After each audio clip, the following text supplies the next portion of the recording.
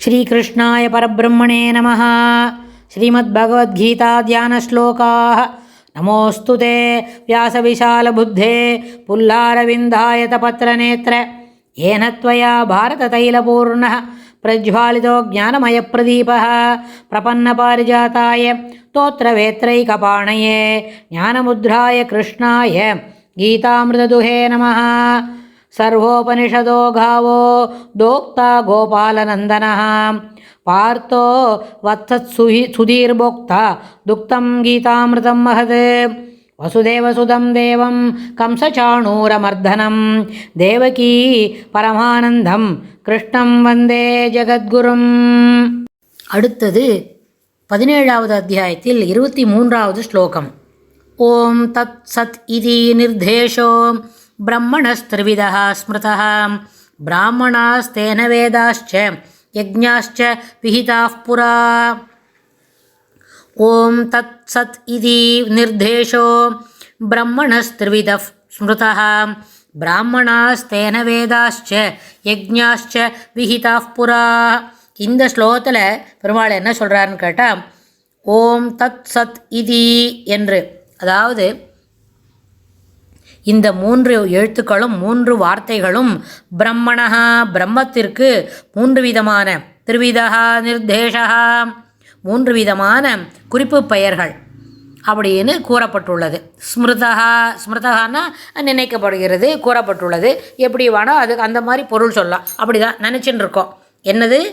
ஓம் தத் சத் இதி என்று பிரம்மணஹா பிரம்மத்திற்கு திருவிதா 3 விதமான நிர்தேசக குறிப்பு பெயர் கூறப்பட்டுள்ளது. தேனக அதனால், புறா ஆதியில் முன்னொரு காலத்தில், பிராமணாக பிராமணர்களும், வேதாச்ச வேதங்களும், யஜ்ஞாச்ச யஜ்ஞங்களும் சிருஷ்டிக்கப்பட்டன. அதாவது பிரம்மம் பரபிரம்மத்துக்கு 3 விதமான பெயர் அப்படின்னு சொன்னால், அந்த 3 விதமான பெயருக்கு தகுந்தா போல பிராமணா பிராமணர்கள், வேதங்கள், அப்புறம் யஜ்ஞங்கள். அந்த யஜ்ஞதான தபஸ் சொல்லணும் இல்லையா? இப்போ அடுத்து வரப்போகிற 3 ஸ்லோகத்தில் பெருமாள் எப்படி யஜ்ஞங்கள்லாம் தவம் எப்படி பண்ணணும், தவம் எப்படி இருக்கும், இதை வரைக்கும் நம்ம பார்த்தோம். 3 பார்த்துன்னு வந்தோம். 3 விதமான தானங்கள், 3 விதமான ஆகாரங்கள் அப்படின்னு பார்த்துன்னு வரும்போது, இப்போ என்ன அடுத்தது சொல்ல போகிறாரு? இதுலேருந்து வரும்போது தானக்கிரியைகள் எப்படி இருக்கும், யஜ்ஞக்கிரியைகள் என்ன செய்யணும் அப்படின்றத அடுத்து வரப்போகிற 3 ஸ்லோகத்தில் சொல்கிறார். அதனால தான் இந்த அத்தியாயத்துக்கு எல்லா விதமான கிரியைகளுக்கும் 3 விதங்கள் இருக்குது. ராஜசம், தாமசம், சத்துவம்.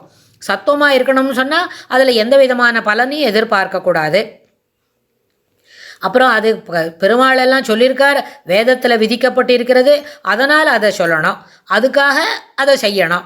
அதில் என்ன கிடைக்கிறதோ அதுவும் பகவத் அர்ப்பணமாக செய்துடணும். சர்வம் ஸ்ரீ கிருஷ்ணார்ப்பணம் சொல்லி முடிக்கணும் அப்படின்ற ஒரு மனப்பான்மை இருந்தால், அதுபோல் மனப்பான்மையில், அதுபோல் கண்ணோட்டத்தில் இந்த வேலையெல்லாம் நம்ம செய்கிறோம். யஜ்ஞம், தானம், தபம், வேறு என்ன, அதுபோல் எல்லாமே இதுபோல் மனப்பான்மை என்னது வேதத்தில் சொல்லப்பட்டிருக்கிறது. அதை நம்ம முறை பெறாமல் செய்யணும். அதில் ஈடுபாடோடு செய்யணும், ஸ்ரத்தையாக செய்யணும். அதில் எந்த பலன் வருதான்னாலும் அந்த பலனை பெருமாளோட திருவடி வாரத்துக்கே பகவத் அர்ப்பணமாகவே அதை செய்துவிட வேண்டும். அப்படி ஒரு ஈடுபாடு மட்டும் அவுட்டர் லைனில் மட்டும் இருந்தால், அதுபோல் செய்யக்கூடிய யஜ்ஞ தான தபக்கிரியைகள் சாத்விகமானது அப்படின்னு முறியும்னு நம்ம சொன்னோம். அப்பலா காங்ஷபிகேரி அப்படின்னு சொன்னார் பெருமாள். என்னத்துக்கு? பலத்தில் கண்ணு வைக்காமல், பலத்தில் ஒரு கருத்து செலுத்தாமல் ஒரு வேலையை செய்யணும்னு. அப்புறம் அதே மாதிரி பிராமணா, வேதாக, யஜ்ஞா இவையெல்லாம் எதுக்கு முன்னொரு காலத்தில் முதல்ல ஆதியில் இதெல்லாம் எதுக்கு சிருஷ்டிக்கப்பட்டது அப்படின்னு சொன்னால், இது 3மே பிரம்மத்திற்கு ஏற்புடையது, பிரம்மத்தில் ஒன்று கூடியது அப்படின்னு புரிஞ்சுக்கிறதுக்காக மட்டும்தான். அதனால தான் இது 3ம் சிருஷ்டிக்கப்பட்டதுன்னு சொல்கிறார். எப்படி பலத்தில் ஈடுபாடு இல்லாமல் செய்யணும் அப்படின்னு சொன்னால், இப்போது ஒரு சின்ன ஒரு ஸ்லோகம் இருக்குது அப்படின்னு, அது என்ன சொல்கிறது? அஷ்டாட்சர சத்வசம்சுத்திஹி அப்படின்னு ஒரு லைன் போகிற ஒரு ஸ்லோகம் இருக்குது. அந்த ஸ்லோகத்தில் என்ன சொல்கிறதுன்னு கேட்டால், அஷ்டாட்சரத்தை ஜபம் பண்ணணும். எல்லா வைஷ்ணவனும் யாருக்கெல்லாம் ஏற்புடையதோ அவள்லாம் என்ன பண்ணணும்? அஷ்டாட்சரம் ஜபம் பண்ணணும். அந்த அஷ்டாட்சர ஜபம் எங்கெல்லாம் பண்ணுறாளோ அந்த இடத்துல முதல்ல என்ன நடக்காது, திருடு போகாது, வியாதி வராது, அதுக்கப்புறம் எல்லா விதத்துலேயும் மனம் திருப்தியாக இருக்கும். எதுவும் தேவைக்கு மேலே ஒரு ஈடுபாடு, ஒரு ஆசை, அது வேணும் இது வேணும் அப்படின்ற ஒரு மனப்பான்மையெல்லாம் வராது. உள்ளத்தை கொண்டு முனிவர்களும் யோகிகளும் மெல்ல எழுந்து அப்படின்னு சொல்லி ஆண்டாள் சொல்கிற மாதிரி உள்ளது என்னவோ அதை கொண்டு நம்ம என்ன பண்ணிக்கலாம், திருப்திப்பட முடியும், இருக்கிறதே போகிறோம் அப்படின்ற ஒரு எண்ணம் எல்லாம் வரும். இதுக்கு என்ன இதெல்லாம் எதனோட சிறப்புன்னு கேட்டால் அது அஷ்டாட்சர ஜபம் பண்ணுற இடத்துல இருக்கிற சிறப்பு. அந்த இடத்துக்கு நேர வரிசையாக அதில் இருக்கிறது சுற்றுப்புற சூழல் அப்படின்னு சொல்கிறோம் இல்லையா, அதுபோல் அது இம்மீடியட் விசினிட்டியில் இதெல்லாம் நம்மளுக்கு என்ன கொடுக்கும், இந்த சேஃப்டிலாம் கொடுக்கும். இதுதான் அஷ்டாட்சரத்தோட ஜபம் திருப்தி அப்படின்னு சொன்னால் இதுதான் எண்டு இல்லை, ஒரு கீத்து ஒரு கோடு போல் இதை நம்ம தெரிஞ்சுக்கிறோம். அப்படின்னு சொன்னால் இப்போ நம்ம என்ன செய்யணும், பெருமாள் சொல்கிற சத்வகுணத்துக்கு மேலோங்கி இருக்கணுன்றத நம்ம அனுசரிக்கணுமா இருந்தால் இந்த பலனை பற்றிலாம் யோசிக்க வேண்டாம். 2 வேளையும் கார்த்தால ஒரு 108, சாயங்காலம் ஒரு 108. கார்த்தால சந்தியாவந்தனம் பண்ணிவிட்டு ஜபம் பண்ணுறதுக்கு முன்ன, அதாவது அடுத்தது மாத்தியானம் பண்ணுறதுக்கு முன்ன ஒரு தடவை, அதே மாதிரி சாயங்காலம் சந்தியாவந்தனம் பண்ணிவிட்டு அது அடுத்த ஸ்லோகங்கள்லாம் சொல்ல முடிக்கிறதுக்கு முன்னாடி ஒரு 5 நிமிஷம் ஆகும். ஒரு 108 சொல்கிறதுக்கு 5 நிமிஷம் ஆகும் மினிமம். அப்படின்னா இதை மெதுவே ஆரம்பித்து 108 என்ன பண்ணலாம், இன்னொரு 2 ஸ்ட்ரிப்பு ஜாஸ்தியாக சொல்லறதுக்கு முயற்சி பண்ணலாம். ஆனால் இது சொல்லணும், இது ஒரு கட்டுப்பாடு, இந்த கடமையை விடாது செய்யணுன்ற அந்த மனப்பான்மையில் ஆரம்பித்து செய்தாலே தன்னடைவே அது என்ன பண்ணோம், அதனால் கிடைக்கக்கூடிய எல்லா பலன்களும் தானாக செய்துவிடும். அப்போ நம்ம சொல்லி முடித்த உடனே என்ன சொல்கிறோம், சர்வம் ஸ்ரீ கிருஷ்ணார்ப்பணமஸ்துன்னு சொல்லிவிடலாம் ஜபித்துட்ட பிறகு. அதே மாதிரி இன்னொன்று பெரியவாள்லாம் கூட சொல்லுவாள், விஷ்ணு சகஸ்ரநாமம் சொல்லணும். தினமும் கார்த்தால சாயங்காலம் 2 வேளையும் சொல்லணும். அது அத்தியாவசியமானது. அது சொன்னால் என்ன கிடைக்கும்னு சொல்லி விஷ்ணு சகஸ்ரநாமத்தோட பலஸ்ருதியிலே சொல்கிறது, இதெல்லாம் கிடைக்கும் அதெல்லாம் கிடைக்கும்னு.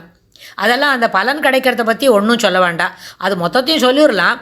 அது பொருள் தெரிஞ்சாலும் சரி, பொருள் தெரியாட்டாலும் சரி, ஆனால் நம்ம சொன்னாக்க அது எல்லாமே சரியாக போகும். அதுக்கு குருவாயூரப்பன் சந்நிதியில் ஒரு தடவை கேட்டிருக்கா பெருமாள்கிட்ட என்ன இதெல்லாம் பண்ணணுன்னு. அப்படி குருவாயூரப்பன் சன்னதியிலே பெருமாள் தலையசித்து சொன்ன பதில் என்னன்னு கேட்டால், ஒரு பெரிய விழாவில் சாப்பிட்டுருக்கா, எல்லாருக்கும் பங்கி போஜனம் வரிசையாக போயின்ட்டுருக்கு அப்படின்னு சொன்னால், அந்த போஜனம் இப்போ விழாவில் சாப்பாடு போடுறா அப்படின்னு சொன்னால் அது எந்த அளவுக்கு அதில் பெருமாளுக்கு சமர்ப்பிச்சிருப்பா, அதெல்லாம் இருக்குமா, பெருமாளுக்கு சமர்ப்பிச்சுட்டு தான் என்ன எல்லாருக்கும் பரிமாறி இருப்பாளான்னு நமக்கு தெரியாது. இருந்தாலும் அதுபோல் ஒரு பங்கியில் வரிசையாக உட்காந்து சாப்பிடும்பொழுது அந்த பக்தியில் யாரான ஒருத்தனாவது 2 வேளையும் சகஸ்ரநாமம் சொல்கிறவன் ஒருத்தனும் இருந்து அந்த பங்கியில் அவனும் சாப்பிட்டுன்னு இருந்தா அந்த பங்கியே பாவனமாயிடுவான். அவனுக்கு என்ன பேர், பங்கி பாவனன் அப்படின்னு பேராம். அப்படின்னா அதுக்கு நம்ம என்ன செய்துக்கணும், ஓஹோ நம்ம தினம் 2 வேளையும் சகஸ்ரநாமம் சொல்லிவிட்டு நம்மளால் இந்த ஒரு பரிமாறக்கூடிய ஒரு பங்கியில் வரிசையில் உட்காந்து சாப்பிட்றவனுக்கு எல்லாருக்கும் தூய்மைப்படுத்த முடியும்னு சொன்னால் அதை ஒரு கடமையாக நினச்சி நம்ம 2 வேளையும் இதுபோல் சகஸ்ரநாமம் சொல்லி பழகிப்போம். அப்படி தான் நினச்சிண்டா அது என்னாச்சு, அது ஒரு சத்வகுணத்தை மேலோக்கி வளர்க்கும். அந்த சத்வகுணம் என்னது, அது கடைசியிலையும் சொல்கிறோம், சர்வம் ஸ்ரீ கிருஷ்ணா அர்ப்பணமஸ்து அப்படின்னு சொல்லி தான் முடிக்க போகிறோம். அந்த சகஸ்ரநாமம் சொல்லி முடிக்கச்சே அப்போவும் அது எல்லாமே அதில் கிடைக்கக்கூடிய எல்லா பயன்களும் பலன்களும் ஸ்ரீகிருஷ்ணரையே சென்று சேரும் அப்படின்னு நம்ம சொல்கிறோம். அதனால் புராக முன்னொரு காலத்தில்னு சொன்னால் கூட எப்போவுமே இவை அனைத்தும் என்ன சத்துவகுணத்தை மேலோக்கி வளர்க்கும் அப்படின்ற காரணத்தினால இத்தகைய குணங்களை நம்ம வளர்த்துக்கணும். ஆனால் பெருமாள் முன்னாடியே சொல்லினார், ஒரு 4-5 ஸ்லோகத்துக்கு முன்னே சொல்லி கொடுத்துருக்கார். அதாவது இதெல்லாம் என்னோடய சுபாவம்ப்பா, நான் இப்படி தான் இருப்பேன், என்னோடய சுபாவம் ராஜசந்தான் இல்லை நம்ம தாமசந்தான் அப்படின்னு சொல்கிறத காட்டிலும் வேதம் கட்டளை இட்டிருக்கிறது, தினமும் 2 வேளையும் இதையெல்லாம் செய்யணும், அதில் மாற்று கருத்து இல்லை. நம்ம வேதத்துக்கு கட்டுப்பட்டு இதெல்லாம் சொல்லணும் செய்யணும் அப்படின்ற ஒரு மனப்பான்மையை வளர்த்துட்டா நம்மளுடைய சுபாவம்னு சொல்கிறோமே, நாம் இப்படி தான் பண்ணுவோம், பாதிண்டே வரைச்சா பாதியில் உழுப்ப கலப்பம், இல்லாட்டி போனால் 12 வரைச்சா பாதியில் நிறுத்தி விடுவோம் அப்படின்னு சொன்னால் அதெல்லாம் இல்லாமல் வேதம் நம்மளுக்கு இதுபோல் ஒரு கட்டளை இட்டிருக்கு, அதை நம்ம செய்யணுன்ற எண்ணம் வந்துட்டா, அதுபோல் எண்ண ஓட்டத்தில் இது மாதிரி ஸ்லோகங்கள்லாம் சொல்ல துவங்கினா அதுவே தன்னடைவே நாளடைவில் என்ன பண்ணும், அதை சிறப்பான ஒரு வழியில் நம்மளை இட்டு செல்லும். அதனால் சுபாவத்தை காட்டிலும் வேதத்தை அனுசரித்து செய்யக்கூடிய செயல்களுக்கு முக்கியத்துவம் கொடுத்து அதில் மனதை ஈடுபடுத்தி கொண்டால் அங்கே சத்துவகுணம் மேலோங்கி இருக்கும். அந்த சத்துவமான காரியங்களாக அது மாறும் அப்படின்னு சொல்லி இந்த ஸ்லோகத்தை நம்ம முடிக்கலாம். இதுக்கு அடுத்த ஸ்லோகத்தில் பெருமாள் இன்னும் என்ன சொல்லிக் கொடுக்குறார், இந்த தான கிரியைகள்லாம் எப்படி இருக்கும்ன்றத பார்த்து தெரிஞ்சுக்கலாம். ஸ்ரீ கிருஷ்ணாய துப்யம் நமஹ.